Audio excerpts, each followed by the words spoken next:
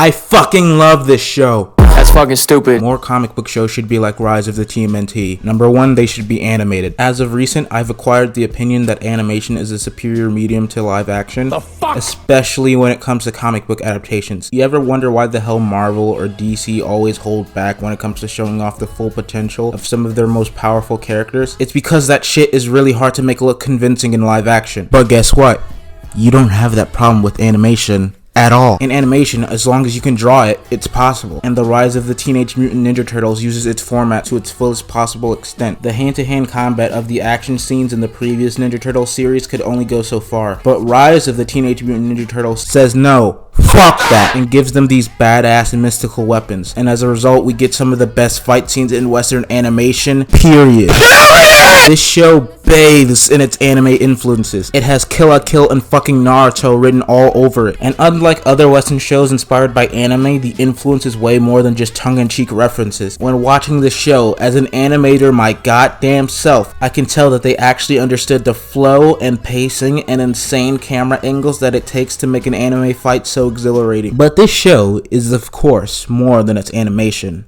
Way more. These are some of my favorite versions of these characters ever. I know some Turtle fans were sour to the changes made to the status quo, but believe me when I say, the showrunners made the most out of these changes. Making Leonardo not the leader is not only a simple way of giving him a character arc that leads him to becoming the captain of the Turtles, but it also gives him a chance to be his own character at all. Depending on the writer, Leonardo can easily become the most boring Ninja Turtle. His main character traits are that he's a leader and that he's responsible, but those traits aren't as easily identifiable as the angry one, the smart one, or the funny one. Making Leo more of a laid-back, sly, douchebag type of character is a way of giving him his own personality that is still distinct from the other Turtles and distinct from all other versions of this character, period. And because of these changes, we end up with one of the most interesting versions of Leonardo to date. And in the case of the other characters, the writers build upon previously established traits and take them to their fullest potential. Michelangelo isn't just a funny dude, bro. He's an optimistic pacifist who's also an artist and values kindness over everything else. Raphael isn't just the tough, angry one. Now he's a deeply insecure leader who has a hard time thinking things through and would rather resort to immediate violence. And Donatello isn't just the smart guy. In this, he's fucking autistic Tony Stark. April O'Neil in this series is the best she's ever been in any iteration of the TMNT ever. She's strong, she's funny, she's capable, she's black, she's vulnerable. She's the spiritual fifth Ninja Turtle. Master Splinter is probably the best character in this entire show. This is one of the only Turtle adaptations where he actually feels like the fucking father of the Teenage Mutant Ninja Turtles. This version of Splinter is flawed. He goofs off. He's a fat manlet. You fat fuck. We are so used to Splinter being the noble teacher with a shady past. We very rarely get to dive into the psyche of Hamato Yoshi. But in this show,